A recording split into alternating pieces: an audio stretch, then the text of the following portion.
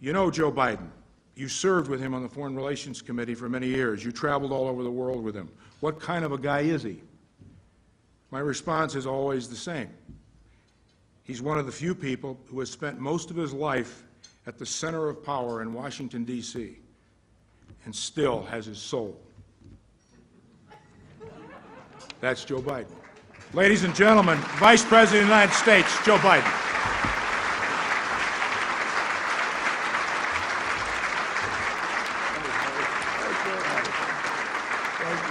Thank you. Thank you. Thank you. Please sit down. Thank you.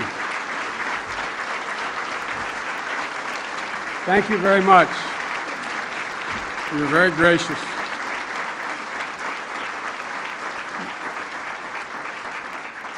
As my grandfather Finnegan would say,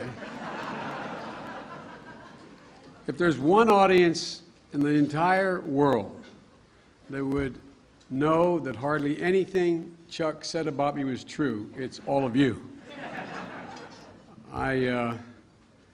As you can tell, I hope you can tell, Chuck was not only a valued colleague, he's one of my closest friends. I always kid with him, if we'd grown up in the same neighborhood, we would have hung out together our whole lives. Ladies and gentlemen, I'm honored to be invited to speak to such, and I mean this sincerely, an illustrious audience. And I understand everyone from Colin Powell to, well, there's just so many distinguished folks out there that I can't see, but I'm told are here. And I'm flattered to be asked to come and help celebrate the 50th anniversary of the Atlantic Council. Let me briefly acknowledge tonight's distinguished honorees. Admiral Jim Stavridis is the real deal. He could tell you more about and understands the incredible, the phenomenal, the just almost unbelievable capacity of his Navy SEALs and what they did last Sunday.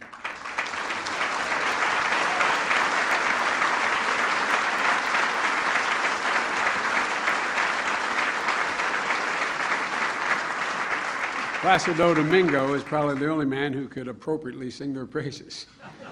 And Mudar Kent said he's sending them a lifetime supply of Coca-Cola. But all kidding aside, congratulations to the honorees. I want to congratulate the Council also on its two new and very ambitious initiatives, the Brent Scowcroft Center on International Security and the Rafiq Hariri Center on the Middle East. I know Brent is here, and I think Nazik is here as well. Congratulations, fellas. And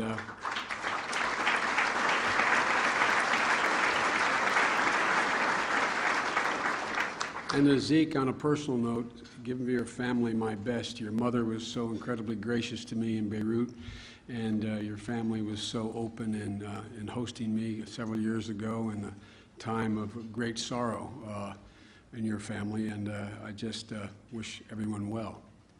General Jones, a good friend and a former colleague, is here. I hope it's appropriate to also acknowledge one dear friend of all of ours who is not here tonight, Ron Asmus, who passed away this last weekend. He passed away after as a young man, after a very long fight with cancer.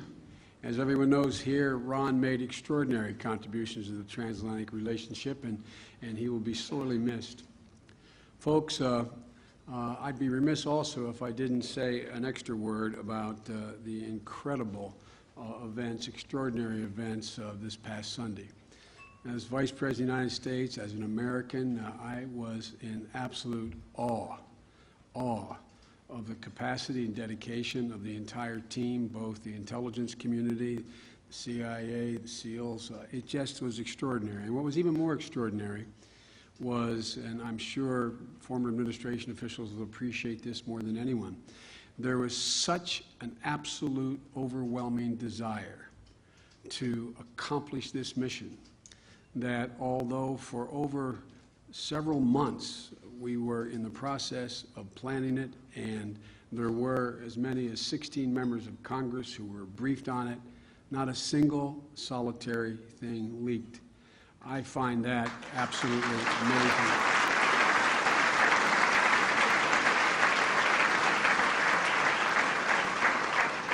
And no brave professionals who tracked and killed Osama bin Laden.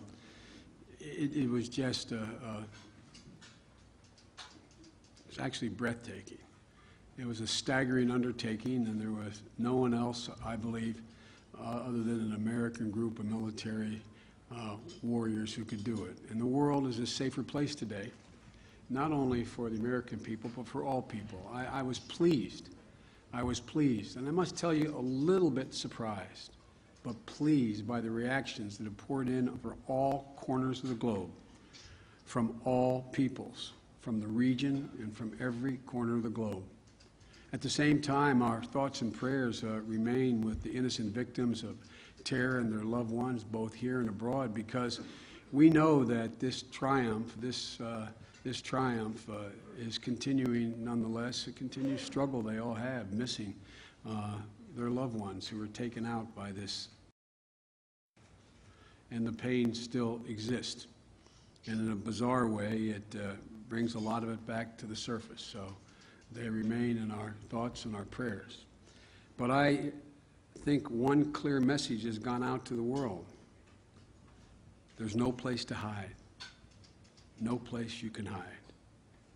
When the United States decides, from one administration to the next, that we will, in fact, reach a goal, meet the goal, we are determined, and we will relentlessly, without any hesitation, follow on that commitment.